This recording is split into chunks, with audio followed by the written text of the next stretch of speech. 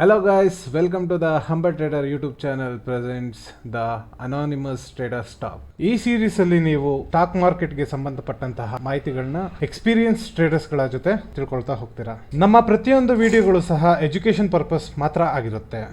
Okay guys, welcome again. News base trading ಅಂದ್ರೆ ಈಗ war ಅಥವಾ ಏನಾದ್ರು ಘೋಷಣೆ ಆದ್ರೆ ಅಥವಾ ಏನಾದ್ರು ಒಂದು ಬಿಗ್ ನ್ಯೂಸ್ ಬಂದಾಗ ಮಾರ್ಕೆಟ್ ಅಲ್ಲಿ ಯಾವ ತರ ಟ್ರೇಡ್ ಮಾಡಬಹುದು ಅಂತ ತಿಳ್ಕೊಳ್ತಾ ಹೋಗೋಣ. ಓಕೆ ಸರ್, ಇವಾಗ ಇಸ್ರೇಲ್ ಮತ್ತೆ ಇದ್ರದ್ದು ವಾರ್ ಬಂತು, ಸೊ ಗ್ಯಾಪ್ ಡೌನ್ ಅದಕ್ಕೆ ಓಪನ್ ಆಯ್ತಾ ಅಥವಾ ಏನ್ ಕಾರಣ ಇರ್ಬೋದು ಇವತ್ತು ಈ ತರ 200 ಪಾಯಿಂಟ್ ಗ್ಯಾಪ್ ಡೌನ್ ಓಪನ್ ಆಗಿ ಟ್ರೇಡ್ ಆಗಿದ್ದಕ್ಕೆ? ಈಗ ಮಾರ್ಕೆಟ್ ಯಾವ ಕಡೆ ಯಾವಾಗ ಹೇಗ್ ಮೂವ್ ಆಗುತ್ತೆ ಅಥವಾ ಯಾವ ರೀತಿ ಓಪನಿಂಗ್ ಕ್ಲೋಸಿಂಗ್ ಆಗುತ್ತೆ ಅನ್ನೋದಕ್ಕೆ ಸ್ಪೆಸಿಫಿಕ್ ಆಗಿ ಈವೆಂಟ್ಸ್ ನೇ ಜವಾಬ್ದಾರಿ ಯಾವಾಗ್ಲೂ ಕೊಡಕ್ಕಾಗಲ್ಲ. ಅಂದ್ರೆ ಈ ಕಾರಣದಿಂದನೇ ಆಯ್ತು ಇನ್ನೊಂದು, ಮತ್ತೆ ಅದಕ್ಕೆ ಈವೆಂಟ್ ಗಳಿಗೆ ಎಷ್ಟು ಪ್ರಾಮುಖ್ಯತೆ ಕೊಡ್ಬೇಕು ಅಷ್ಟು ಮಾತ್ರ ಕೊಡ್ಬೇಕು ಯಾವಾಗ್ಲೂ. ಆದ್ರೂನು ಈವೆಂಟ್ಸ್ ಆರ್ ಇಂಪಾರ್ಟೆಂಟ್. ಕೆಲವೊಂದ್ಸಲಿ market in total over all direction change ಮಾಡ್ಬಿಡ್ತವೆ. ಅದು ರಿವರ್ಸ್ ಆಗ್ಬೋದು, ಏನು ಬೀಳ್ತಾ ಇರೋದು ಹೇಳ್ಬೋದು, ಹೇಳ್ತಾ ಇರೋದು ಬೀಳ್ಬೋದು, ಏನ್ ಬೇಕಾದ್ರೂ ಆಗ್ಬೋದು. ನಿಮ್ಗೆ ಸಡನ್ ಮೂವ್ಗಳು ಬರ್ಬೋದು. ಐದರ್ ಸೈಡ್ಸ್, ನಾನು ಇದೇ ಕಡೆ ಹೋಗುತ್ತೆ ಅದೇ ಕಡೆ ಹೋಗುತ್ತೆ ಅಥವಾ ಎಲ್ಲಾ ಈವೆಂಟ್ ಗಳು ಮಾರ್ಕೆಟ್ ನ ಬೀಳ್ಸುತ್ತೆ ಅಂತಾನೆ ನಾನು ಏನು ಸ್ಪೆಸಿಫೈ ಮಾಡ್ತಾ ಇಲ್ಲ. ಅದು ಏಳ್ಸೋದು ಆಗ್ಬೋದು, ಬೀಳ್ಬೋದು, ಸ್ಟಾಗ್ನೆಂಟ್ ಆಗಿ ಕೂರ್ಬೋದು, ಏನ್ ಬೇಕಾದ್ರೂ ಆಗ್ಬೋದು. ಕಣ್ಣಿಗೆ ಕಾಣೋ ಚಾರ್ಟ್ ಒಂದೇ, ಬ್ಯಾಕ್ ಎಂಡ್ ಅಲ್ಲಿ ಏನೇನೋ ನಡೀತಾ ಇರುತ್ತೆ. ಉದಾಹರಣೆಗೆ ವಿಕ್ಸ್ ಅಂತ ತುಂಬಾ ಸಲ ಪ್ರಸ್ತಾಪ ಮಾಡಿದೀವಿ. ಪ್ರತಿ ಇದಕ್ಕೂ ಇದೆ ವಿಕ್ಸ್ ಇಂದು ಕಾಂಟ್ರಿಬ್ಯೂಷನ್, ಅವ್ರವ್ರದೇ ವಿಕ್ಸ್ ಇದೆ. ಈ ವಿಕ್ಸ್ ಇಂದು ನೀವು ಕಾಂಟ್ರಿಬ್ಯೂಷನ್ ಏನು ಅನ್ನೋದನ್ನ ನೋಡ್ಬೇಕು ಯಾವಾಗ್ಲೂ. ಅಟ್ಲೀಸ್ಟ್ ನಮಗೆ ಅದೊಂದು ರೆಫರೆನ್ಸ್ ಪಾಯಿಂಟ್, ಅದು ಒಂದು ಲೈವ್ ಚಾರ್ಟ್ ಆಗಿರೋದ್ರಿಂದ ನೀವು ಬೇರೆ ಚಾರ್ಟ್ ನ ಅಬ್ಸರ್ವ್ ಮಾಡ್ದಂಗೆ ಅದನ್ನ ಮಾಡ್ಬೋದು. ಸೊ ನಿಮಗೆ ಈವೆಂಟ್ ಬೇಸ್ಡ್ ಅಂತಂದ್ರೆ ಇವತ್ತಿಂದ ಸ್ಪೆಸಿಫಿಕ್ ಆಗಿ ಹೋಗ್ತೀನಿ ಅಂದ್ರೆ ಆಯ್ತು, ಒಂದ್ ಪಕ್ಷ ವಾರಿನ ಒಂದು ಪ್ರಾಬಬಿಲಿಟಿಗೆ ಅಥವಾ ಪಾಸಿಬಿಲಿಟಿಗೆನೆ ಅಥವಾ ವೀಕೆಂಡ್ ಅಲ್ಲಿ ಆಗಿದ್ ಬೆಳವಣಿಗೆಗೆನೆ ಮಾರ್ಕೆಟ್ ಒಂದ್ ದೊಡ್ಡ ಗ್ಯಾಪ್ ಡೌನ್ ಆಯ್ತು ಅಂತಂದ್ರೆ ಅದು ತುಂಬಾ ದೊಡ್ಡ ಗ್ಯಾಪ್ ಡೌನ್ ಏನ್ ಅಲ್ವಲ್ಲ. ಇವತ್ ನೋಡಿ 1% ಡೌನ್ ಇದೆ ಓವರ್ ಆಲ್ ಕ್ಲೋಸಿಂಗ್. ಈ -1.1% ಏನಿದು? -1% ಮೊನ್ನೆ ಕ್ಲೋಸಿಂಗ್ ಇಂದ ಇವತ್ತಿನ ಕ್ಲೋಸಿಂಗಿಗೆ ಈ ಲೆವೆಲ್ ಇಂದ ಈ ಲೆವೆಲ್ಗೆ ಇರೋ ಅಂತ ಡಿಫರೆನ್ಸ್ 1.1%. ಯಾಕಂದ್ರೆ 1% ಮೇಲ್ಗಡೆ ಮೂವ್ಮೆಂಟ್ ತುಂಬಾ ಕಮ್ಮಿ ಇರುತ್ತೆ. ಬಟ್ 1.1% ಅದು ತುಂಬಾ ದೊಡ್ಡ ಡೌನ್ ಮೂವ್ ಅಲ್ಲ. ಸೊ ನಮ್ಗೆ ಈಗ ಡೌಟ್ ಸ್ಟಾರ್ಟ್ ಆಗುತ್ತೆ. ಇದು ಎರಡು ವಿಚಾರ ಇದೆ. Either it is a starting of an event, a very big event. War is a continuous event. ಈ ವಾರಲ್ಲಿ ಯಾರ ಮೇಲ್ಗೈ ಆದ್ರೆ ನಮ್ದು ಹೇಳುತ್ತೆ, ಯಾರ್ದು ಕೆಳಗೈ ಆದ್ರೆ ಬೀಳುತ್ತೆ ಅನ್ನೋದಲ್ಲ. ಈ ನೀವು ಪೊಲಿಟಿಕಲ್ ಸಿನಾರಿಯೋಸ್, ಈಗ ಒಬ್ಬ ಮನುಷ್ಯನ್ ಒಂದು ಸ್ಟೇಟ್ಮೆಂಟ್ ಇಂದ ಕೆಲವು ಬದಲಾವಣೆಗಳಾಗ್ತವೆ, ಒಂದು ಗ್ರೂಪ್ ಇನ್ ಸ್ಟೇಟ್ಮೆಂಟ್ ಇಂದ ಇನ್ನೊಂದಾಗುತ್ತೆ. ಕೆಲವೊಂದ್ಸಲಿ ಸುಳ್ಳು ಹೇಳ್ತಿದಾರೆ ಅಂತ ಗೊತ್ತಿದ್ರು ಕೆಲವು ಬದಲಾವಣೆಗಳಾಗ್ತವೆ. ಅಲಿಗೇಷನ್ಸ್ ಇಂದ ಕೆಲವು ಚೇಂಜಸ್ ಆಗುತ್ತೆ. ಅದೇ ತರ ಯಾವಾಗ ಏನಾಗುತ್ತೆ ಅನ್ನೋ ಅಸೆಸ್ಮೆಂಟ್ ನ ಈ ವಾರ್ಗಳ ವಿಷಯದಲ್ಲೂ ನಾವು ಮಾಡಕ್ಕಾಗಲ್ಲ. ಮತ್ತೆ ಈ ಸ್ಪೆಸಿಫಿಕ್ ಆಗಿ ಈ ವಾರ್ ಅಂತ ಹೋಗಕ್ಕಿಂತ ಮುಂಚೆ ನಾನು ಹೇಳೋದು ಈವೆಂಟ್ಸ್ ಅನ್ನೋದು ಏನು, ಈವೆಂಟ್ಸ್ ಅನ್ನೋದು ಹೇಗೆ ಕಾಂಟ್ರಿಬ್ಯೂಟ್ ಮಾಡುತ್ತೆ, ಅಥವಾ ಈವೆಂಟ್ಸ್ ಇಂದ ಏನು ಮೂಲ ಇದು ಏನು ಅದ್ರದ್ದು ಗುಣ ಏನು ಅನ್ನೋದನ್ನ ತಿಳ್ಕೊಳ್ಳೋಣ.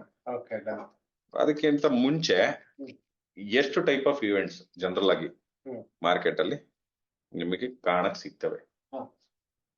ಒಂದು ಫಂಡಮೆಂಟಲ್ ಆಗಿ ಈ ಪ್ರತಿದಿನ ಇವೆಂಟ್ ಇರುತ್ತೆ, ಒಂದಲ್ಲ ಒಂದು ಇವೆಂಟ್ ಇರುತ್ತೆ. ಮೋಸ್ಟ್ ಆಫ್ ದಿ ಇವೆಂಟ್ಸ್ ಅನ್ನೋಟಿಸ್ಡ್ ಆಗಿ ಹೋಗ್ಬಿಡ್ತವೆ. ಅಂದ್ರೆ ಇನ್ಫ್ಲೇಷನ್ ಡೇಟಾ ತಿಂಗಳಿಗೆ ಒಂದ್ಸಲಿ ಬರುತ್ತೆ, ಕ್ವಾರ್ಟರ್ಲಿ ಒಂದ್ಸಲಿ ಬರುತ್ತೆ, ಇಯರ್ಲಿ ಒಂದ್ಸಲಿ ಬರುತ್ತೆ ಇನ್ಫ್ಲೇಷನ್ ಡೇಟಾ. ಆಮೇಲೆ GDP ಡೇಟಾ. ಆಮೇಲೆ ನಿಮಗೆ ಇನ್ನೇನ್ ನಡೀತಾ ಇರುತ್ತೆ ಇವೆಂಟ್ಗಳು. ಇಲ್ಲೇನೆ ಇವೆಂಟ್ ಕ್ಯಾಲೆಂಡರ್ ಅಂತ ಇರುತ್ತೆ ನೋಡಿ, investing.com ತೆಗಿರಿ. ಅಲ್ಲ ಇದೇನ್ ನೋಟ್ ಮಾಡೋದೇನ್ ಬೇಡ, ಜನರಲ್ ಆಗಿ ಇವೆಲ್ಲ ಕೆಲವೆಲ್ಲ ಮೇಜರ್ ಇವೆಂಟ್ಸ್ ನಾನು ಹೇಳ್ತಾ ಇರೋದು.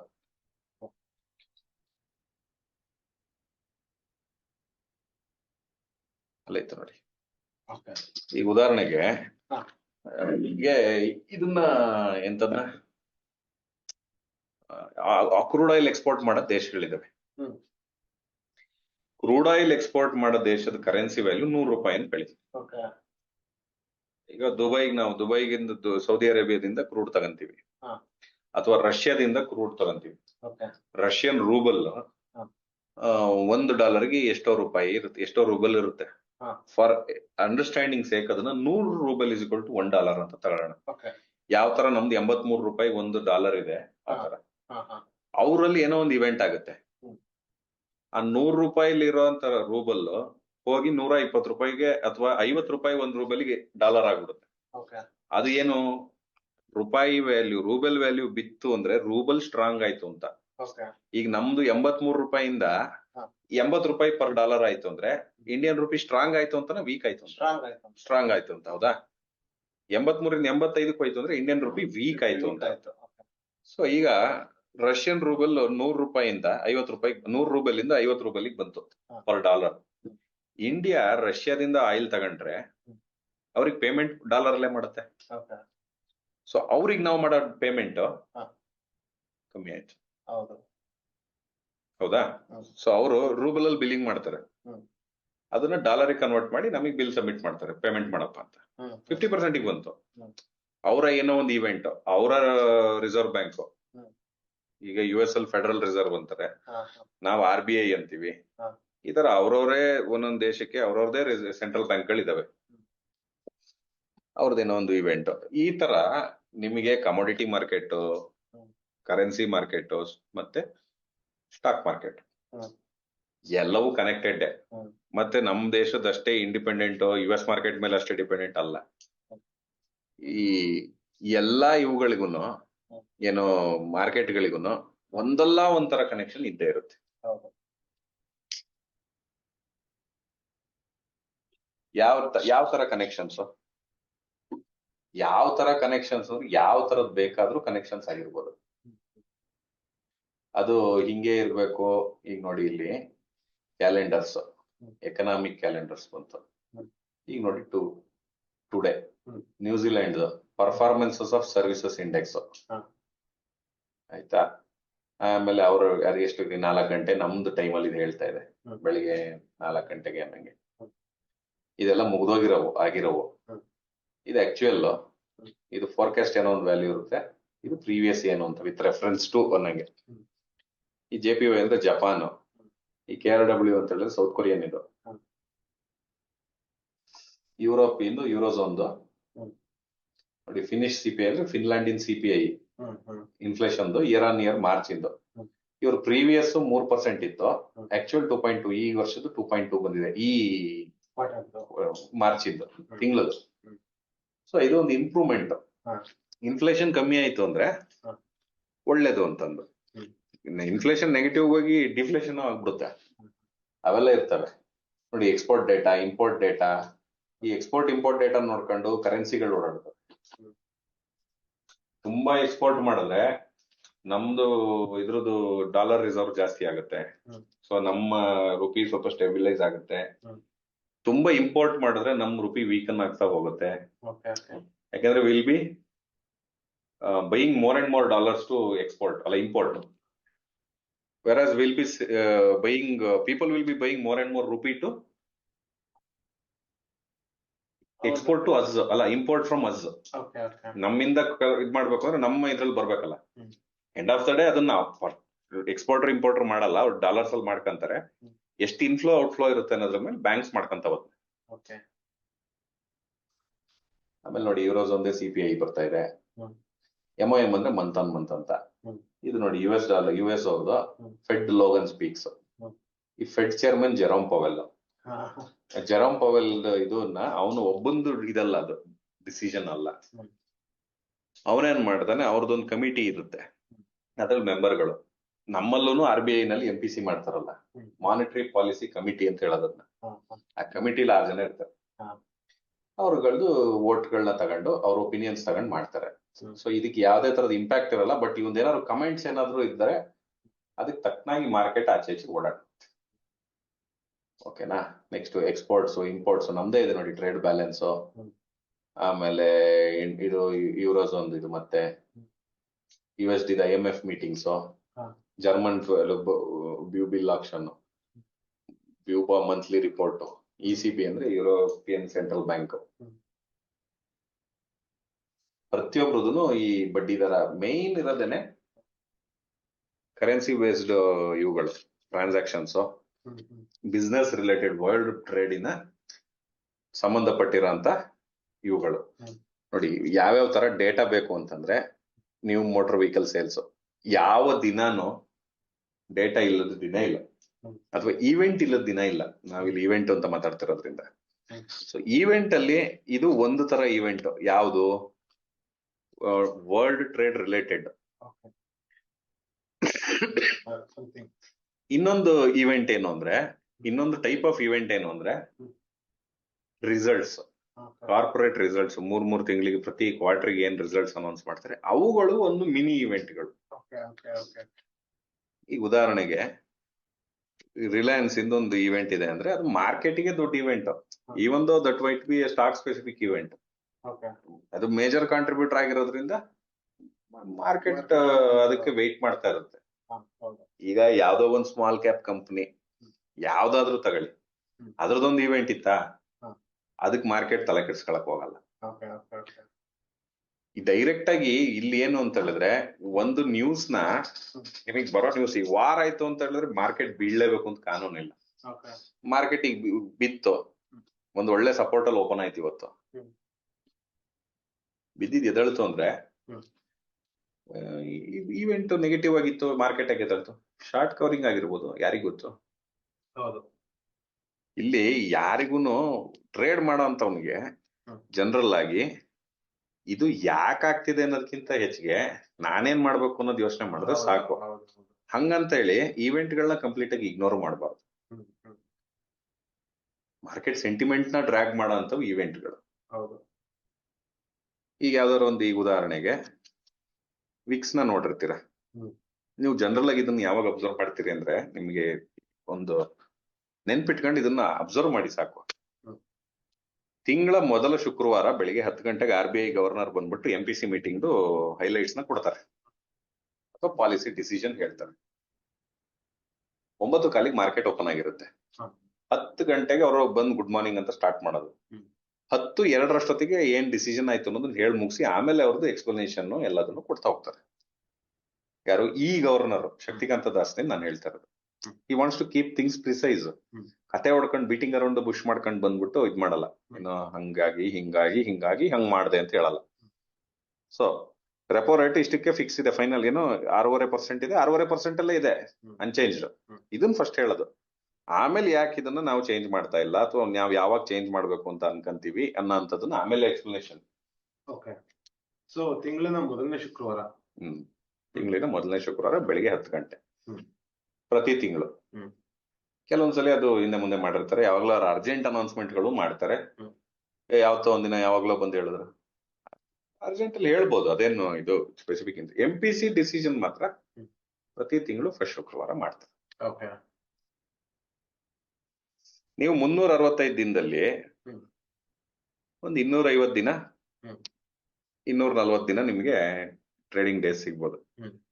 240 ದಿನದಲ್ಲಿ 1000 ಇವೆಂಟ್ ಇದಾವೆ ಅಂದ್ರೆ ಒಂದ್ ದಿನಕ್ಕೆ ಮಿನಿಮಮ್ ಆಗಿ ಕಾಂಟ್ರಿಬ್ಯೂಟ್ ಮಾಡೋ ಅಂತವು 4-5 ಇವೆಂಟ್ ಅಂತೂ ಇದ್ದೇ ಇರ್ತವೆ.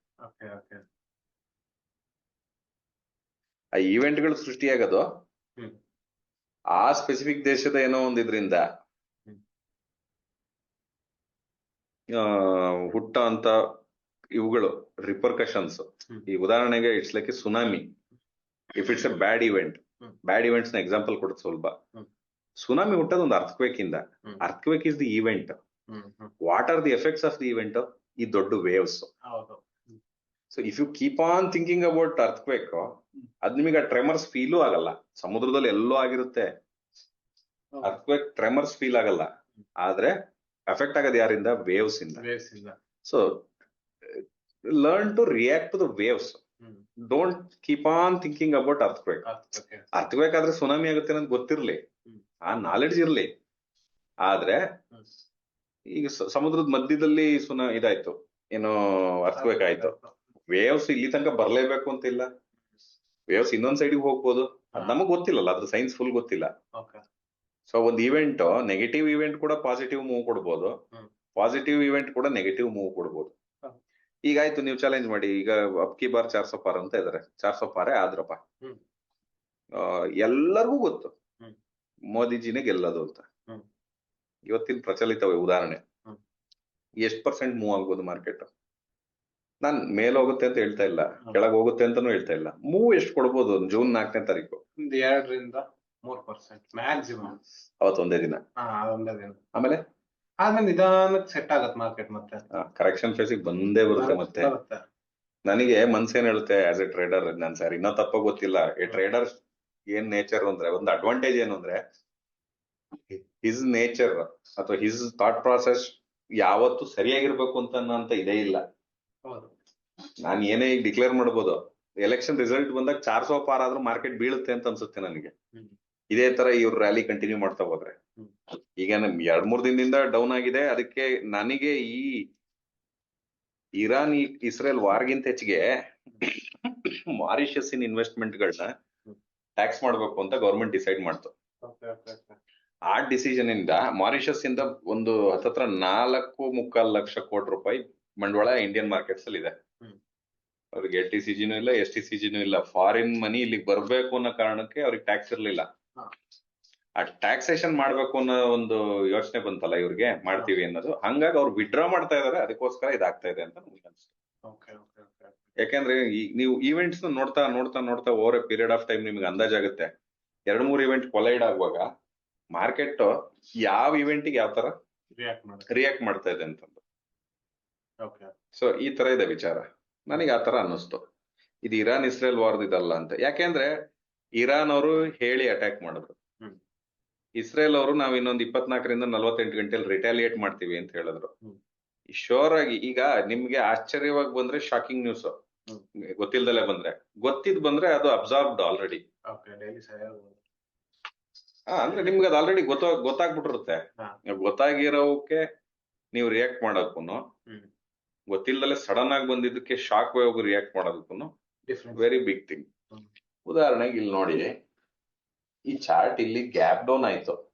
ನಿಮ್ಗೆ ಈ ಗ್ಯಾಪ್ ನ ಡೈಜೆಸ್ಟ್ ಮಾಡ್ಕೊಳಕ್ಕೆ ಅಟ್ಲೀಸ್ಟ್ 7-8 ನಿಮಿಷ ಟೈಮ್ ಸಿಗ್ತಾ? 8 ರಿಂದ 9-15 ಟೈಮ್ ಸಿಗ್ತಾ? ಸಾಕಷ್ಟು ಟೈಮ್ ತಲೆಗೆ. ಸೊ ನಾನೀಗ ಡೌನ್ ಆದೆ, ನಿಮಗೆ 3 ತರ ಚಾನ್ಸ್ ಇದೆ ಮಾರ್ಕೆಟ್ ಅಲ್ಲಿ. ಒಂದು, ಪುಟ್ ಕ್ಯಾರಿ ಮಾಡಿದವರೆಲ್ಲ ಪ್ರಾಫಿಟ್ ಬುಕ್ ಮಾಡಿದ್ರು, ಮಾರ್ಕೆಟ್ ಶಾರ್ಟ್ ಕವರಿಂಗ್ ಬಂತು, ಎದಳ್ತು ಮಾರ್ಕೆಟ್. ಅಥವಾ ಶಾರ್ಟ್ ಸೈಡ್ ಇದ್ದವರೆಲ್ಲ ಅವ್ರದ್ದು ಸ್ಕ್ವೇರ್ ಆಫ್ ಮಾಡಕ್ ಸ್ಟಾರ್ಟ್ ಮಾಡಿ ಶಾರ್ಟ್ ಕವರಿಂಗ್ ಬರ್ಬೋದು. ಇಲ್ವಾ ಬಿದ್ದಿರೋದು ಇನ್ನೂ ಸಾಕಾಗಿಲ್ಲ, ನಾನು ಇನ್ನೂ ಬೀಳ್ತೀನಿ ಅಂತ ಅಂದ್ಬಿಟ್ಟು ಮಾರ್ಕೆಟ್ ಬೀಳೋದು ಕಂಟಿನ್ಯೂ ಆಗ್ಬೋದು. 3ನೇದು ಇವತ್ತು ಆದಂಗೆ ರೇಂಜ್ ಬೌಂಡ್ ಆಗ್ಬೋದು. This is A clear cut range bound market ಇದು. ಯಾರು ದುಡ್ಡು ಮಾಡಕ್ ಆಗಿಲ್ಲ ಬಟ್ ವಿಕ್ಸ್ ಇಲ್ಲಿ ನೀಟಾಗಿ ಸ್ಕ್ಯಾಲ್ಪರ್ಸ್ ಗಳು ದುಡ್ಡು ಮಾಡಿರ್ತಾರೆ. ಅದ್ಬಿಟ್ರೆ ಈ ಸೆಕ್ಷನ್ ಅಲ್ಲಿ ಯಾರ ಕೈಲಿ ದುಡ್ಡು ಮಾಡಕ್ ಆಗಲ್ಲ. ಅದು ಏನು ಮಾಡಕ್ಕಾಗಲ್ಲ. ಶಾರ್ಟ್ ಮೂವ್ಸ್ ಹಿಡಿದ್ಬಿಟ್ಟು ಹೋಗ್ಬೇಕಷ್ಟೇನೆ. ನೋಡಿ, ಕ್ಯಾಂಡಲ್ಗಳು ಸೈಜ್ ತುಂಬಾ ಚಿಕ್ಕ ಸೈಜು. ಇದು ಇಷ್ಟೊತ್ತು ಟೈಮ್ ಸ್ಪೆಂಡ್ ಮಾಡಿದೆ ಅಂದ್ರೆ ಪ್ರೀಮಿಯಂ ನಂಗೆ ತಿನ್ಕೊಂಡು ಹೋಗಿರುತ್ತೆ ಕ್ಯಾಂಡಲ್ಗಳು. ನೋಡಿ, ನಾನು ಇನ್ನೂ ಒಂದು ಏನಂದ್ರೆ, ಈ ಇವೆಂಟ್ ನ ಚಾರ್ಟ್ ಅಲ್ಲಿ ಯಾವ ರೀತಿ ನೋಡ್ತೀರಿ? ಚಾರ್ಟ್ ಅಲ್ಲಿ ಈಗ ನಿಮಗೆ ಓಪನಿಂಗ್ ಕ್ಯಾಂಡಲ್ ಹತ್ರನೇ ಡೋಜಿ ಫಾರ್ಮ್ ಆಗಕ್ಕೆ ಸ್ಟಾರ್ಟ್ ಆಯ್ತು ಅನ್ಕೊಳ್ಳಿ. ಮಾರ್ಕೆಟ್ಗೆ ಗೊತ್ತಿಲ್ಲ ಯಾವ ಕಡೆ ಹೋಗ್ಬೇಕು ಅಂತಂದು. ಆತರ ಏನಾದ್ರು ಸೃಷ್ಟಿ ಆಯ್ತಾ? ನೀವು ಜಾಸ್ತಿ ನಿಮ್ ಬಯಾಸ್ನ ಇಟ್ಕೊಳಕ್ ಹೋಗ್ಬೇಡಿ. ಎಲ್ಲದಕ್ಕಿಂತ ಇಂಪಾರ್ಟೆಂಟ್, ಅವಾಗ್ಲೇ ಮಾತಾಡ್ತಿದ್ದಂಗೆ, ನೀವ್ ಯಾರ್ದಾದ್ರು ವ್ಯೂಸ್ ನ ತಗೊಂಡು ಪ್ರತಿದಿನ ಟ್ರೇಡ್ ಮಾಡ್ತೀರಿ ಅಂದ್ರೆ ನಿಮ್ ಕ್ಯಾಪಿಟಲ್ 0 ಆಗಿದೆ ಇಷ್ಟೊತ್ತಿಗೆ. ಅದಂತೂ ನಾನು ಶೋರ್ ಆಗಿ ಹೇಳ್ತೀನಿ. ನೀವು ನಿಮ್ ವ್ಯೂಸ್ ನ ಕ್ರಿಯೇಟ್ ಮಾಡ್ಕೊಳಕ್ ಸ್ಟಾರ್ಟ್ ಮಾಡಿದ್ರೆ ಮಾತ್ರ ಮಾರ್ಕೆಟ್ ಅಲ್ಲಿ ಸರ್ವೈವ್ ಆಗಲ್ಲ. ಅದು ಫೇವರ್ ಡ್ರೈವಿಂಗ್ ಇದ್ದಂಗೆ, ಇನ್ನೊಬ್ರು ವ್ಯೂಸ್ ಅಲ್ಲಿ ಡ್ರೈವ್ ಮಾಡೋದು. ಅವನಿಗೆ ನೀವು ಸಂಬಳ ಕೊಡಲ್ಲ, ಆದ್ರೆ ಅವ್ನ ಸರ್ವಿಸಸ್ ಯೂಸ್ ಮಾಡ್ಕಂತಿರ್ತೀರ. ಅವ್ನ್ ಯಾವ ತರ ಸರ್ವಿಸ್ ಕೊಡ್ತಾ ಇರ್ತಾನೆ, ಅವನಿಗೆ ಮೂಡಿದ್ದಾಗ ಅವ್ನ್ ಬಂದ್ ನಿಮ್ ಗಾಡಿ ಡ್ರೈವ್ ಮಾಡಿ ನಿಮ್ಮನ್ನ ಒಂದ್ ಕಡೆ ಇನ್ನೊಂದ್ ಕಡೆ ಕರ್ಕೊಂಡು ಹೋಗೋದು. ನಿಮಗ್ ಅವಶ್ಯಕತೆ ಇದ್ದಾಗ ಅವ್ನ್ ಬರಲ್ಲ. ಅದೇ ನೀವೇ ಡ್ರೈವಿಂಗ್ ಕಲ್ತ್ರೆ ಯಾವಾಗ ಬೇಕಾದ್ರೂ ಎಲ್ಲಿಗೆ ಬೇಕಾದ್ರೂ ಹೋಗ್ಬೋದು. ಈವೆಂಟ್ ಬೇಸ್ಡ್ ಟ್ರೇಡಿಂಗ್ ಗಳು, ಈಗ ಉದಾಹರಣೆಗೆ ದೊಡ್ಡ ಮೂವ್ ಬರುತ್ತೆ ಅನ್ನೋ ಆಸೆಲಿ ಈಗ ಈಗ ಜನರಲ್ ಆಗಿ ಬರೋ ಅಂತ ಡೌಟ್ಗಳು, ಇದು ತುಂಬಾ ಹೊಸದಾಗಿ ಮಾರ್ಕೆಟ್ ನ ನೋಡ್ತಿರೋರ್ಗಲ್ಲ. ಮಾರ್ಕೆಟಿನ ಪರಿಚಯ ಚೆನ್ನಾಗಿರೋಂಥವ್ರಿಗೆ ನಾನು ಇದನ್ನ ಕೇಳೋದು, ಯೋಚನೆ ಮಾಡಿ. ಈಗ ನಾಳೆ ಬೆಳಿಗ್ಗೆ ಈಗ 12ನೇ ತಾರೀಕು TCS ರಿಸಲ್ಟ್ ಇತ್ತು. ನಾನು 2-3 ದಿನದಿಂದ ಏನು ನೋಡಕ್ ಹೋಗಿಲ್ಲ. TCS ಚಾರ್ಟ್ ಈಗಲೂ ನೋಡಿಲ್ಲ. TCS ರಿಸಲ್ಟ್ ಇತ್ತು. 12ನೇ ತಾರೀಕು ಸಾಯಂಕಾಲ ಇತ್ತು ಮಾರ್ಕೆಟ್ ಕ್ಲೋಸಿಂಗ್ ಆದ್ಮೇಲೆ. TCS ರಿಸಲ್ಟ್ ಇದೆ ನಾಳೆ ಅಂತಂದು ನೀವು at the money ಕಾಲ್ನ at the money ಪುಟ್ನ ತಗೊಂಡು ಹೋಗಿ ಕ್ಯಾರಿ ಮಾಡಿ. ನಿಮ್ಮ ಆಂಟಿಸಿಪೇಷನ್ ಏನು? ದೊಡ್ಡ ಗ್ಯಾಪ್ ಅಪ್ ಆಗ್ಬೋದು TCS ಅಲ್ಲಿ, ದೊಡ್ಡ ಗ್ಯಾಪ್ ಡೌನ್ ಆಗ್ಬೋದು. ಎರಡರಲ್ಲಿ ಯಾವುದೋ ಒಂದ್ ಕಡೆ ನಾನು ಇದ್ ಮಾಡ್ಕೊಂತೀನಿ ಅನ್ನೋ ಲೆಕ್ಕಾಚಾರದಲ್ಲಿ ನೀವು ಕ್ಯಾಲ್ಕುಲೇಟ್ ಮಾಡಿ ತಗೊಂಡು ಹೋಗ್ತೀರಿ. ದೊಡ್ಡ ಗ್ಯಾಪ್ ಅಪ್ ಆದ್ರೂನು ದೊಡ್ಡ ಗ್ಯಾಪ್ ಡೌನ್ ಆದ್ರೂನು ನಿಮಗೆ ಈ ಆಪ್ಷನ್ ಪ್ರೀಮಿಯಮ್ಸ್ ಇದೆಯಲ್ಲ, ಎರಡು ಬೀಳಕ್ ಸ್ಟಾರ್ಟ್ ಆಗುತ್ತೆ. ಯಾಕೆ ಅನ್ನೋದು ಅಬ್ಸರ್ವ್ ಮಾಡಿ. ಈವೆಂಟ್ ಗಿಂತ ಮುಂಚೆ ಜನದ ತಲೆಯಲ್ಲಿ ರೇಂಜ್ ಅಂತ ಹೇಳ್ತೀನಲ್ಲ, ಯಾವಾಗ್ಲೂ ಎಲ್ಲದನ್ನು ರೇಂಜ್ ತರ ನೋಡಿ. ಯಾವತ್ತೂ ಅದನ್ನ ರೇಂಜ್ ತರನೇ ಗಮನ ಕೊಟ್ಕೊಂಡು ನೋಡ್ತಾ ಹೋಗಿ. ಈ ಜನರ ತಲೆಯಲ್ಲಿ ಅಥವಾ ಒಬ್ಬ ಮನುಷ್ಯನ ತಲೆಯಲ್ಲಿ ಏನಿರುತ್ತೆ, ಈ ಆಪ್ಷನ್ ಪ್ರೀಮಿಯಂ ಹೆಂಗ್ ರೈಟ್ ಆಗುತ್ತೆ ಅನ್ನೋದು ನಿಮ್ಗೆ ಅಂದಾಜಿದ್ರೆ ಅದು ಪಿಕ್ಚರ್ ಸಿಗುತ್ತೆ. ಈ ರೇಂಜ್ ದೊಡ್ಡದಿದೆ ರಿಸಲ್ಟ್ ಈವೆಂಟ್ ಗಿಂತ ಮುಂಚೆ. ಒಳ್ಳೆ ರಿಸಲ್ಟ್ ಬಂದ್ರೆ ಮೇಲೂ ಹೋಗ್ಬೋದು ಅಥವಾ ಕೆಳಗೂ ಬರ್ಬೋದು. ಅದನ್ನ ನೀವ್ ಹೆಂಗ್ ಅಬ್ಸರ್ವ್ ಮಾಡ್ತೀರಿ? ಒಳ್ಳೆ ರಿಸಲ್ಟ್ ಬರುತ್ತೆ ಅನ್ನೋ ಆಂಟಿಸಿಪೇಷನ್ ನಾಳೆ ಇರುವಾಗಲ್ಲ ಬರೋದು. ಬೇರೆನೋ ಫ್ಯಾಕ್ಟರ್ಸ್ ಇರುತ್ತೆ. ಯಾವ್ದೋ ಒಂದು ಕಾಂಟ್ರಾಕ್ಟ್ ಆಗಿರುತ್ತೆ ಕಂಪ್ನಿಗೆ ಆ ಕ್ವಾರ್ಟರ್ ಅಲ್ಲಿ, ಅಥವಾ ಇನ್ನೇನೋ ಒಂದು ಒಳ್ಳೆ ಬಿಸ್ನೆಸ್ ಆಪರ್ಚುನಿಟಿ ಇರುತ್ತೆ. ಈ ತರ ಏನೋ ಒಂದು ಡ್ರೈವಿಂಗ್ ಫ್ಯಾಕ್ಟರ್ ಇರುತ್ತೆ. ಅದನ್ನ ಆಂಟಿಸಿಪೇಟ್ ಮಾಡಿ ಪ್ರೈಸ್ಡ್ ಇನ್ ಆಗೋಗಿರುತ್ತೆ ಮಾರ್ಕೆಟ್ ಅದು ಯಾವಾಗ್ಲೂ. ಸೊ ಅದು ಒನ್ಸ್ ಇಟ್ ಇಸ್ ಪ್ರೈಸ್ಡ್ ಇನ್, ಒಳ್ಳೆ ರಿಸಲ್ಟ್ ಬಂದ್ರು ಪ್ರೈಸ್ ಕರೆಕ್ಷನ್ ಆಗಕ್ ಬರುತ್ತೆ. ಅದು ಪ್ರಾಬಬಿಲಿಟಿ ಇದೆ. ಸೊ ನೀವ್ ಏನಾಗುತ್ತೆ, ಬ್ಲೋಟೆಡ್ ಪ್ರೀಮಿಯಮ್ಸ್ ನ ಬೈ ಮಾಡ್ಕೊಂಡಿರ್ತೀರ. ಯಾವಾಗ? Just before the event. As soon as the event full ಆದ ತಕ್ಷಣ, ಅದೆಲ್ಲ ಸೀಕ್ರೆಟ್ ಇವೆಂಟ್ಸ್ ಅಲ್ವಾ, ಅವ್ರು ಬಂದು ಅನೌನ್ಸ್ ಮಾಡೋ ತನಕ ನಮ್ಗೆ ಅದ್ರದ್ದು ಏನ್ ಸತ್ಯಾಂಶ ಗೊತ್ತಿಲ್ಲ. ಯಾವ ಕಡೆಗೆ ಅನ್ನೋದು ಗೊತ್ತಿಲ್ಲ, ಯಾವ ಕಡೆಗೆ ಅನ್ನೋದು ಅವ್ರಿಗೂ ಸಮೇತ ಗೊತ್ತಿಲ್ಲ. ನಾಳೆ ಬೆಳಿಗ್ಗೆ ಎದ್ದು ನೋಡ್ದಾಗ್ಲೇ ಗೊತ್ತು ಫೈನಲಿ. ಆಯ್ತಾ? ಮಾರ್ಕೆಟ್ ಓಪನ್ ಆದ್ಮೇಲೆ ಇವೆರಡರದ್ದು ಪ್ರೀಮಿಯಂ ವಾಪಸ್ಸು ಅವುಗಳದ್ದು ಮಾಮೂಲಿ ಪ್ರೈಸಿಂಗ್ ಬರ್ತವೆ. ಅದನ್ನ ನೀವ್ ಹೆಂಗ್ ನೋಡ್ತೀರಿ? IV ನೋಡಿ. ಮೊನ್ನೆ ಆಪ್ಷನ್ ಚಾರ್ಟ್ ನೋಡ್ತಾ ಇದ್ ಮಾಡಿದ್ವಲ್ಲ, IV ನೋಡಿ. IV ಕಮ್ಮಿ ಆಗೋಗುತ್ತೆ. IV ಕಮ್ಮಿ ಆಯ್ತಾ, ಇವುಗಳದ್ದು ಸ್ಪೈಕಿ ಮೂವ್ಮೆಂಟ್ ಕಮ್ಮಿ ಆಗುತ್ತೆ ಆಪ್ಷನ್ ಪ್ರೀಮಿಯಂಗಳದ್ದು. ಹಂಗೇನೆ ಪ್ರೀಮಿಯಂ ಸೈಜ್ ಅನ್ನು ಕಮ್ಮಿ ಆಗ್ತಾ ಹೋಗ್ಬಿಡುತ್ತೆ. ಸಡನ್ ಆಗಿ ಡಿಪ್ ಆಗುತ್ತೆ. ಒಂದ್ ಪಕ್ಷ ಮಾರ್ಕೆಟ್ ಫ್ಲಾಟ್ ಓಪನ್ ಆಗಿ ಫ್ಲಾಟೇ ಉಳಿದು ಬಿಡ್ತು ಅಂದ್ರೆ ಮಾರ್ಕೆಟ್ ಇಂದು ಡೈರೆಕ್ಷನ್ ಇದೊಂದು ರೇಂಜ್ ಅಲ್ಲಿ ಮಾರ್ಕೆಟ್ ಕೂರ್ತು, ಅಥವಾ ಒಂದ್ ಸ್ಟಾಕ್ ಕೂತ್ಕಂತು ಹಿಂಗ್ ಇತ್ತು ಇಡೀ ದಿವಸ.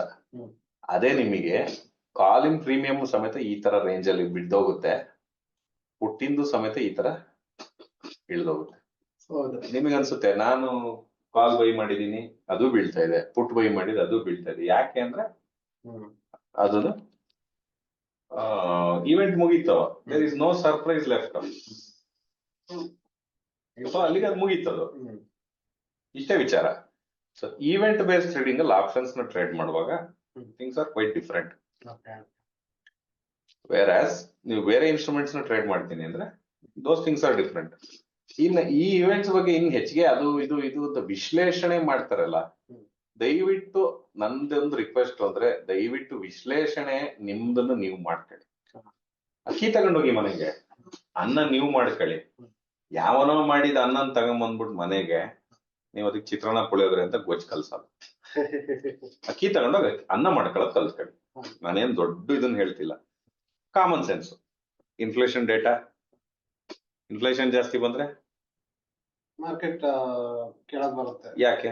ಯಾಕಂದ್ರೆ ಇನ್ಫ್ಲೇಷನ್ ಜಾಸ್ತಿ ಆಗಿದೆ. ಇನ್ಫ್ಲೇಷನ್ ಅಂದ್ರೆ ಏನು? ಇನ್ಫ್ಲೇಷನ್ ಹಣದುಬ್ಬರ ಅಂದ್ರೆ ಎಲ್ಲಾ ವಸ್ತುಗಳ ಬೆಲೆ ಜಾಸ್ತಿ ಆಗಿದೆ. ಎಲ್ಲಾ ಬೆಲೆಗಳ ವಸ್ತು ಜಾಸ್ತಿ ಆದ್ರೆ ಏನಾಗುತ್ತೆ? ಪ್ರೈಮರಿ ಎಕ್ಸ್ಪೆನ್ಸಸ್ ಅಂದ್ರೆ ಮ್ಯಾಂಡೇಟರಿ ಎಕ್ಸ್ಪೆನ್ಸಸ್ ಒಬ್ಬ ಮನುಷ್ಯನಿಗೆ ಏನಿರುತ್ತೆ, ಬೇಸಿಕ್ ನೀಡ್ಸ್ ಗೆ ಖರ್ಚು ಜಾಸ್ತಿ ಆಗುತ್ತೆ. ಅವ್ನ ಇನ್ವೆಸ್ಟ್ಮೆಂಟ್ ಪೋರ್ಷನ್ ಕಮ್ಮಿ ಆಗುತ್ತೆ, ವೆರಸ್ ಲಕ್ಸುರಿ ಸ್ಪೆಂಡಿಂಗು ಕಮ್ಮಿ ಆಗುತ್ತೆ, ಲೀಜರ್ಲಿ ಸ್ಪೆಂಡಿಂಗ್ ಕಮ್ಮಿ ಆಗುತ್ತೆ. ಈ ತರದ್ದು ಎಕ್ಸ್ಟ್ರಾ ಇವುಗಳು ಕಮ್ಮಿ ಆದಾಗ ಮಾರ್ಕೆಟ್ ಅಲ್ಲಿ ಹಣ ಹರಿದಾಡೋದು ಕಮ್ಮಿ ಆಗುತ್ತೆ. ಈಗ ಉದಾಹರಣೆಗೆ ನಾನು ಡೈಲಿ 1 ಲೀಟರ್ ಪೆಟ್ರೋಲ್ ಹಾಕ್ಸೋನು, ನೀವು ಡೈಲಿ 100 ರೂಪಾಯಿ ಪೆಟ್ರೋಲ್ ಹಾಕ್ಸೋರು, ನಮ್ಮಿಬ್ರಿಗೂ ವ್ಯತ್ಯಾಸ ಏನು? 200 ರೂಪಾಯಿ ಇದೆಯಲ್ಲ. ಅಲ್ಲ ಉದಾಹರಣೆ ಬೇಡ, 110 ರೂಪಾಯಿ ಇದೆ ಅಂತ ಅಸ್ಯೂಮ್ ಮಾಡ್ಕೊಂಡು ಹೇಳಿ. 1 ಲೀಟರ್ ಪೆಟ್ರೋಲ್ ಹಾಕ್ಸೋದು 100 ರೂಪಾಯಿ ಪೆಟ್ರೋಲ್ ಹಾಕ್ಸೋದು ಅಂದ್ರೆ 100 ರೂಪಾಯಿ ಪೆಟ್ರೋಲ್ ಹಾಕ್ಸೋದು ಸ್ವಲ್ಪ ಕಮ್ಮಿ ಹಾಕ್ಸ್ತಾರೆ. ಈ ಎಕನಾಮಿ ಹೆಂಗ್ ವರ್ಕ್ ಆಗುತ್ತೆ ಅಂದ್ರೆ, ಯು ಆರ್ ಹ್ಯಾಪಿ, 100 ರೂಪಾಯಿಗೂ ನಿಮ್ ದಿನದ ಕೆಲಸ ಮುಗಿತಾ ಇದೆ. ಹಾ. ಐ ಆಮ್ ಹ್ಯಾಪಿ, ನಂದು 1 ಲೀಟರ್ ಪೆಟ್ರೋಲ್ ಅಂದ್ರೆ ನಾನು 1 ಲೀಟರ್ ಮುಗಿಸ್ತಾ ಇದೀನಿ. ಹಾ. ಯು ವಿಲ್ ಥಿಂಕ್ ನಾನ್ 100 ರೂಪಾಯಿ, ಯಾಕಂದ್ರೆ ನನ್ ಬಜೆಟಿಂಗ್ ಬೇರೆ ಇರುತ್ತೆ, ನಿಮ್ ಬಜೆಟಿಂಗ್ ಬೇರೆ ಇರುತ್ತೆ. ಹೌದು ಆದ್ರೆ ದೇಶದ ಎಕನಾಮಿನೂ ಒಂದು ಬಜೆಟೆಡ್ ಇದ್ರಲ್ಲೇನೆ ಹೋಗ್ಬೇಕು. ಹೌದು ಇನ್ಫ್ಲೇಷನ್ ಏನ್ ಮಾಡುತ್ತೆ, ಕೆಲವು ಬೇಸಿಕ್ ಕಮೋಡಿಟೀಸ್ ಬೆಲೆ ಜಾಸ್ತಿ ಮಾಡಿದಾಗ ಬೇರೆ ತರದವನ್ನ ನೀವು ಮ್ಯಾಕ್ರೋ ಲೆವೆಲ್ ಅಲ್ಲಿ ಈಗ 500 ರೂಪಾಯಿ ಪರ್ ಹೆಡ್ ಬೇಡ 100 ರೂಪಾಯಿ ಪರ್ ಹೆಡ್ ಹಾ. ಇನ್ವೆಸ್ಟ್ಮೆಂಟ್ ಗೆ ಅಂತ ಹೋಗ್ತಿತ್ತು ಅಂತ ಕಳಿ. ಹಾ. ಒಂದು ದೇಶದ ಪಾಪ್ಯುಲೇಷನ್ ಅಲ್ಲಿ, ಈಗ ಉದಾಹರಣೆ ನಮ್ ದೇಶದ್ದೇ ಪಾಪ್ಯುಲೇಷನ್ ಅಲ್ಲಿ ಹಾ. ಇವತ್ತಿನ ಇನ್ಫ್ಲೇಷನ್ ಎಷ್ಟೋ ಪರ್ಸೆಂಟ್ ಇದೆಪ್ಪ, ಒಂದು 5% ಇದೆ ಅನ್ಕೊಳ್ಳೋಣ. ಓಕೆ. ಒಂದು 5% ಇನ್ಫ್ಲೇಷನ್ ಇದೆ. ಪ್ರತಿ ತಿಂಗಳು ಒಬ್ಬ ಮನುಷ್ಯನಿಂದ 100 ರೂಪಾಯಿ ಇನ್ವೆಸ್ಟ್ಮೆಂಟ್ ಕಡೆ ಹೋಗ್ತಾ ಇದೆ. ಹ್ಮ್. ಇನ್ವೆಸ್ಟ್ಮೆಂಟ್ ಅಲ್ಲಿ ಗೋಲ್ಡ್ ಇದೆ, ರಿಯಲ್ ಎಸ್ಟೇಟ್ ಇದೆ, ಆಮೇಲೆ ಸ್ಟಾಕ್ಸ್ ಮೇಲೆ ಹಾಕೊಂಡು ಕೂರ್ಬೋದು, ಯಾವ್ದಾದ್ರು ಬಾಂಡ್ಸ್ ತಗೋಬಹುದು, ಏನ್ ಬೇಕಾದ್ರೂ ಇರ್ಬೋದು. ಅದು 5% ಇನ್ಫ್ಲೇಷನ್ ಇದ್ದಾಗ 100 ರೂಪಾಯಿ ಪ್ರತಿ ಒಂದು ತಲೆಯಿಂದ 100 ರೂಪಾಯಿ ಅಂದ್ರೆ 140 crores ಇಂಟು 100 ಅದು ಎಷ್ಟೋ ದೊಡ್ಡ ರುಪೀಸ್. 1,40,000 ಕೋಟಿ. 1,40,000 ಕೋಟಿ is a very big money. Hmm. That is almost equivalent to ಒಂದು ತಿಂಗಳಿಂದ ಅಥವಾ ಮುಕ್ಕಾಲ್ ತಿಂಗಳದು GST ಕಲೆಕ್ಷನ್. ಹ್ಮ್. ಆಯ್ತಾ? ಬೇಡ ಅದನ್ನ ರೆಫರೆನ್ಸ್ ಪಾಯಿಂಟ್ ಅಲ್ಲಿ ಬೇಡ, 1.4 lakh crores ಅನ್ನೋದು ನೆನ್ಪಿಟ್ಕೊಳ್ಳಿ. ಹಾ. That's a very huge sum of ಮನಿನ. ಹೌದು. ದೇಶದ ಇಲ್ಲ ಇರೋ ರೋಡದೆಲ್ಲ ಗುಂಡಿ ಮುಚ್ಬೋದಾ? ಮುಚ್ಬೋದು. ಅಷ್ಟೊಂದು ಸಾಧ್ಯ ಇದೆ ಅಲ್ವಾ? ಹೌದು. ಸರಿ, ಇನ್ಫ್ಲೇಷನ್ ಅನ್ನು ಇವ್ರು 4% ಕರ್ಕೊಂಬಂದ್ರು ಅನ್ಕೊಳ್ಳಿ. ಹಾ. 100 ರೂಪಾಯಿ ಪರ್ ಹೆಡ್ ಕಾಂಟ್ರಿಬ್ಯೂಷನ್ ಇತ್ತಲ್ಲ ಇನ್ವೆಸ್ಟ್ಮೆಂಟ್ ಅನ್ನೋದು, ಹಾ. ಅದು 200 ರೂಪಾಯಿ ಆಯ್ತು ಅನ್ಕೊಳ್ಳಿ. 100 ರೂಪಾಯಿಂದ 200 ರೂಪಾಯಿಗೆ ಪ್ರಮೋಟ್ ಆದವನಿಗೆ ಏನು ದೊಡ್ಡ ವಿಷಯ ಆಗಲ್ಲ. Hmm. When it is coming to the context of the country, hmm. 1.4 crores ಇಂದ 1.4 lakh crores ಇಂದ 2.8 lakh crores ಆದ ತಕ್ಷಣ ಹ್ಮ್. ಯು ಕ್ಯಾನ್ ಡೂ ದ ಆ ದುಡ್ಡಲ್ಲಿ ಇನ್ನೇನೋ ಒಂದ್ ಬೇರೆನೋ ಒಂದ್ ಮಾಡ್ಬೋದು. ಹೌದು. ಅದ್ ನಂಗೆ ಗೊತ್ತಿಲ್ಲ ಏನ್ ಮಾಡ್ಬೋದು ಅಂತಂದು. You just assume the chunk of money. ನಾನು ಹೇಳ್ತಾ ಇರೋದ್ನ ಪ್ರತಿಯೊಬ್ಬನಲ್ಲೂ ಅವನಿಗೆ ಏನಕ್ಕೆ 4% ಬಂದ ತಕ್ಷಣ ಏನಾಯ್ತು? ಪೆಟ್ರೋಲ್ ರೇಟ್ ಚೂರು ಕಮ್ಮಿ ಆಯ್ತು, ಹಾಲಿನ ರೇಟ್ 1 ರೂಪಾಯಿ ಇಳಿತು. ಹಾಲಿನ ರೇಟ್ 1 ರೂಪಾಯಿ ಇಳಿತು ಅಂದ್ರೆ ಒಂದು ಮನೆ ಒಂದು ತಿಂಗಳಿಗೆ ಮಿನಿಮಮ್ 30 ರೂಪಾಯಿ ಉಳಿಸಲ್ವಾ? ನಾನ್ ಮಾತಾಡ್ತಿರೋದು ತಿಂಗಳಿಗೆ 100 ರೂಪಾಯಿ. ಬೇಡ, ಒಂದು ಮನೆ ಅರ್ಧ ಲೀಟರ್ ಹಾಲೇ ಕನ್ಸ್ಯೂಮ್ ಮಾಡುತ್ತೆ ಅನ್ಕೊಳ್ಳೋಣ, ಎಲ್ಲಾ ಮನೇಲೂ ಮಕ್ಳಿಲ್ಲ ಅನ್ಕೊಂಡು 15 ರೂಪಾಯಿ ಉಳಿತಾ? ನಾನು ನೀವು 100 ರೂಪಾಯಿ ಪೆಟ್ರೋಲ್ ಹಾಕ್ತಾ ಇದೀವಿ. ನಾವು 103 ರೂಪಾಯಿ ಇದ್ದಿದ್ದು 100 ರೂಪಾಯಿಗೆ ಬಂತು ಅಂದ್ರೆ ದಟ್ ಈಸ್ ರಫ್ಲಿ 3% ಡಿಕ್ರೀಸ್ ಇನ್ ಫ್ಯೂಲ್ ಪ್ರೈಸಸ್. ಹೌದಾ? ನೆಕ್ಸ್ಟ್, ಫ್ಯೂಲ್ ಪ್ರೈಸ್ ಕಮ್ಮಿ ಆಯ್ತಾ, ಟ್ರಾನ್ಸ್ಪೋರ್ಟೇಷನ್ ಕಾಸ್ಟ್ ಎಲ್ಲೋ ಒಂದ್ ಕಡೆ ಕಮ್ಮಿ ಆಗುತ್ತೆ. 70 ರೂಪಾಯಿ ಇರೋ ಅಕ್ಕಿ 69 ರೂಪಾಯಿಗೆ ಬಂದ್ರೆ ನಾವು ತಿಂಗಳಿಗೆ ಒಂದು 20-30 ಕೆಜಿ ಕನ್ಸ್ಯೂಮ್ ಮಾಡಲ್ವ? ಬೇಡ, 20 ಕೆಜಿ ಕನ್ಸ್ಯೂಮ್ ಮಾಡಲ್ವ ಅವನ್ ಮನೇಲಿ? ಎಲ್ಲಾ ಸೇರ್ಸೆ 100 ರೂಪಾಯಿ ಹಂಗೆ ಉಳ್ದೋಯ್ತು. ಈ ತರ ನಮ್ಗೆ ಹೆಂಗ್ ಅರ್ಥ ಆಗತ್ತೆ ಹಂಗೆ. ನಾನ್ ಹೇಳ್ತಿರೋದೇ ಕರೆಕ್ಟ್ ಅಂತಲ್ಲ, ನಾನ್ ಹೇಳ್ತಿರೋದು very crude and basic way of understanding things ಅಷ್ಟೇ. ಅರ್ಥ ಮಾಡ್ಕೊಳಕ್ ಸಾಕು. ನಮ್ಗೇನ್ ಎಕ್ಸಾಮ್ ಬರ್ ಡಿಗ್ರಿ ತಗೋಬೇಕಿಲ್ಲಲ್ಲ, ಅರ್ಥ ಆದ್ರೆ ಸಾಕಲ್ವ ಈ ವಿಷಯಗಳು. ಇಷ್ಟೇ ವಿಚಾರ. ಸೊ ಈಗ ಇನ್ಫ್ಲೇಷನ್ 4% ಬಂತು, ಒಬ್ಬ ಮನುಷ್ಯಗೆ 200 ರೂಪಾಯಿನ ಕಾಂಟ್ರಿಬ್ಯೂಟ್ ಮಾಡೋ ಅಷ್ಟು ಕೆಪಾಸಿಟಿ ಬಂತು. ಸೊ ಆ ಚಂಕ್ ಆಫ್ ಮನಿ ಎಲ್ಲಿಗೋಯ್ತು ದೇಶದ ವಿಷಯದಲ್ಲಿ? ಡೊಮೆಸ್ಟಿಕ್ ಇನ್ವೆಸ್ಟ್ಮೆಂಟ್ ಅಷ್ಟು ದೊಡ್ಡದಾಯ್ತು. ಇನ್ಫ್ಲೇಷನ್ 3% ಕರ್ಕೊಂಬಂದ್ರೆ ಇನ್ನೂ ಜಾಸ್ತಿ ಆಗುತ್ತೆ ಕಾಂಟ್ರಿಬ್ಯೂಷನ್. ಸೊ ನೀವ್ ಇನ್ಫ್ಲೇಷನ್ 10% 6% ಹೋದ್ರೆ 100 ರೂಪಾಯಿ ಪ್ರತಿ ತಿಂಗಳು ಕಾಂಟ್ರಿಬ್ಯೂಟ್ ಮಾಡ್ತಿದ್ದವನು 10 ರೂಪಾಯಿನೂ ಮಾಡಲ್ಲ. ಅವಾಗ ಏನಾಗುತ್ತೆ? ಬೇರೆ ಡೆವಲಪ್ಮೆಂಟಲ್ ಆಕ್ಟಿವಿಟೀಸ್ ಗಳು ನಿಂತು ಹೋಗ್ತವೆ. ಡೆವಲಪ್ಮೆಂಟ್ ಅಂದ್ರೆ ಬರೀ ರೋಡ್, ಡ್ಯಾಮು, ಹೈವೇ ಅಲ್ಲ, ಪ್ರತಿಯೊಂದು ಇದೆ ಅದ್ರಲ್ಲಿ. ಈಗ ಒಳ್ಳೆ ರೋಡ್ ಆದ್ರೆ ವೆಹಿಕಲ್ ಗಳು ಒಳ್ಳೆ ಮೈಲೇಜ್ ಕೊಡುತ್ತೆ, ಟ್ರಾನ್ಸ್ಪೋರ್ಟಿಂಗ್ ಕಾಸ್ಟ್ ಕಮ್ಮಿ ಆಗುತ್ತೆ. ಬರೀ ಇನ್ಫ್ಲೇಷನ್ ಇದ್ ಮಾಡೋದ್ರಿಂದ ಅಲ್ಲ. ಈ ಗೌರ್ಮೆಂಟ್ ಕೆಲಸ ಏನ್ ಹೇಳಿ? ಅಥವಾ ಗೌರ್ಮೆಂಟ್ ಎಕನಾಮಿನ ರನ್ ಮಾಡೋ ಅಂತ ಒಂದು ಎಂಟಿಟಿ. ಗೌರ್ಮೆಂಟ್ ಕೆಲಸ ಏನು? ಇನ್ಫ್ರಾಸ್ಟ್ರಕ್ಚರ್ ನ ರೆಡಿ ಮಾಡಿ ಕೊಟ್ಟು ಬಿಸ್ನೆಸ್ ನ ಈಸಿಯಾಗಿ ಮಾಡ್ರು ಅಂತ ಹೇಳ್ತಾ ಇರೋದು. ಬಿಸ್ನೆಸ್ ನ ನೀವು ಈಸಿಯಾಗಿ ಮಾಡೋ ಅವಕಾಶ ಇದ್ರೆ ನೀವು ಪ್ರಾಫಿಟ್ ಮಾರ್ಜಿನ್ ನ ಗಮನನ ಚೂರ್ ಕಮ್ಮಿ ಮಾಡಿ ವಾಲ್ಯೂಮ್ಸ್ ಬಗ್ಗೆ ಕಾನ್ಸಂಟ್ರೇಟ್ ಮಾಡ್ತೀರ.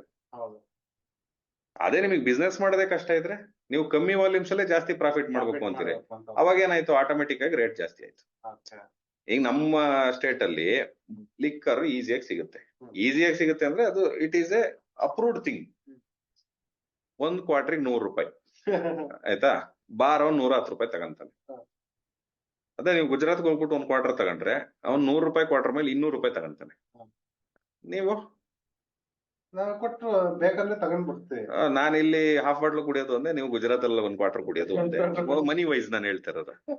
ಸಾಕು, ನನ್ ಬಜೆಟ್ ಇಷ್ಟೇನೆ. ಒಬ್ಬ ಮನುಷ್ಯ ಬಜೆಟೆಡ್ ಇದ್ದೇ ಇರ್ತಾನೆ ಅಥವಾ ಇಲ್ದಲೇನು ಇರ್ಬೋದು.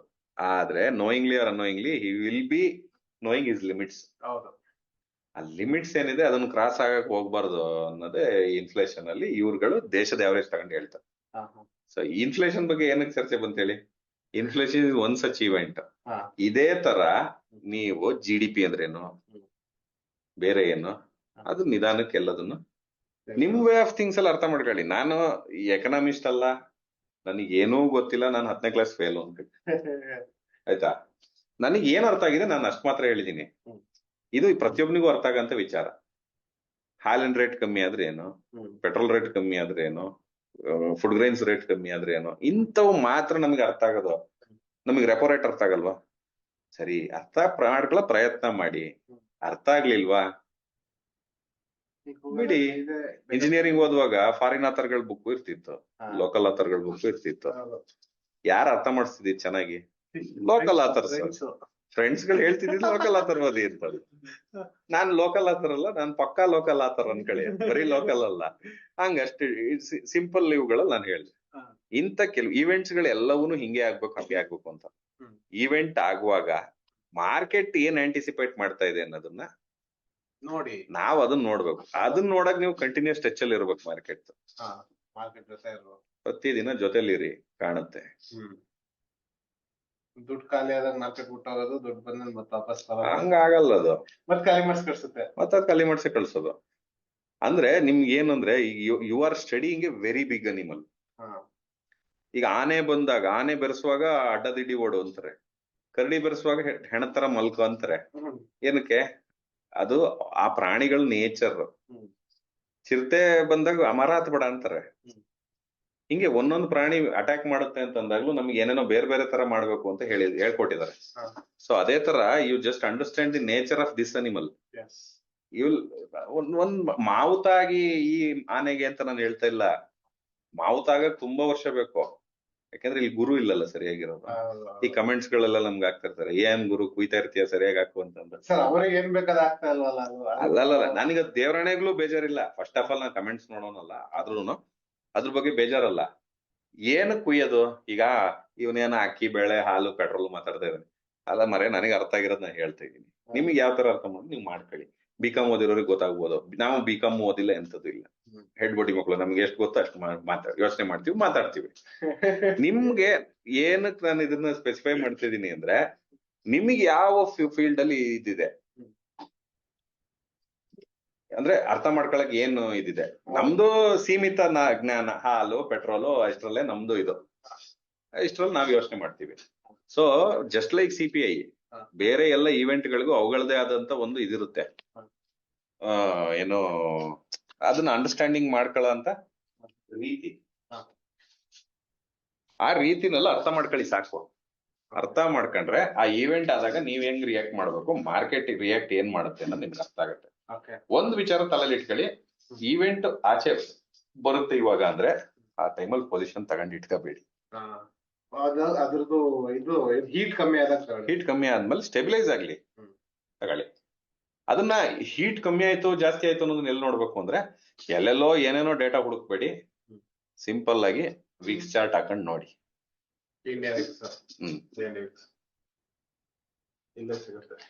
ಸಿಗುತ್ತೆ. ಅದನ್ನ ವಾಚ್ ಲಿಸ್ಟಿಗೆ ಹಾಕೊಂಡ್ರೆ ಸಾಕು. ನೋಡಿ ಸ್ಟೇಬಲ್ ಆಗಿ ದಿನ ಏನು ಮೂವ್ಮೆಂಟ್ ಇಲ್ಲ ಇವತ್ತು. ಅಲ್ಲ, ಇದು ದೊಡ್ಡ ಮೂವ್ಮೆಂಟ್. ವಿಕ್ಸಿಗೆ ಇಷ್ಟೇ ಮೂವ್ಮೆಂಟ್ ದೊಡ್ಡದು. ಒಂದು ದಿನದಲ್ಲಿ ಇಂಟ್ರಾಡೇ ಮೂವ್ಮೆಂಟ್ ಇಷ್ಟೇ ದೊಡ್ಡದು. ಅದಕ್ಕೆ ವಿಕ್ಸ್ ಇಡೀ ದಿನದ ಕತೆ ಹೇಳುತ್ತೆ. ನಾವ್ ಅದನ್ನ ಕಾಯ್ಬೇಕು ಕೂತ್ಕೊಂಡು ನೋಡ್ಕೊಂಡು. ಅಷ್ಟೇ ವಿಚಾರ ಅದ್ರಲ್ಲಿ ಇರೋದು. ಈಗ ಇದು ನೋಡಿ, ಡಬ್ಲ್ಯೂ ಮಾಡ್ಕೊಂಡು ಎದಳ್ತಿದೆ, ಕಾಣ್ತಾ ಡಬ್ಲ್ಯೂ ಮೇಲಿಂದ ಬೀಳೋಗಿಲ್ಲ ಕಂಡಿತ್ತ. ನನಗೆ ಫೈಲ್ಡ್ ಅಂತ ಕಾಣುತ್ತೆ. ಇದು ಕೂಡ ಬೇರೆ ನಿಮ್ ಇದ್ರ ತರನೇ ಇದ್ ಮಾಡುತ್ತೆ. ಇನ್ನು ನಾನು US ಮಾರ್ಕೆಟ್ ನ ಯಾರಾದ್ರೂ ಫಾಲೋ ಮಾಡೋರಿದ್ರೆ, ನಾನು apart from Dow Jones futures, ಅಥವಾ ನ್ಯಾಸ್ಡಾಕ್ ಕಾಂಪೋಸಿಟ್ ಇನ್ ಫ್ಯೂಚರ್ಸ್, S&P 500 ಇವೆಲ್ಲ ನೋಡೋದು ಜೊತೆಗೆ DXY ಅಂತ ಒಂದು ಇನ್ಸ್ಟ್ರೂಮೆಂಟ್ ಇದೆ, ಡಾಲರ್ ಇಂಡೆಕ್ಸ್. ದಯವಿಟ್ಟು ಡಾಲರ್ ಇಂಡೆಕ್ಸ್ ನು ಕೂಡ ರೆಫರ್ ಮಾಡಿ.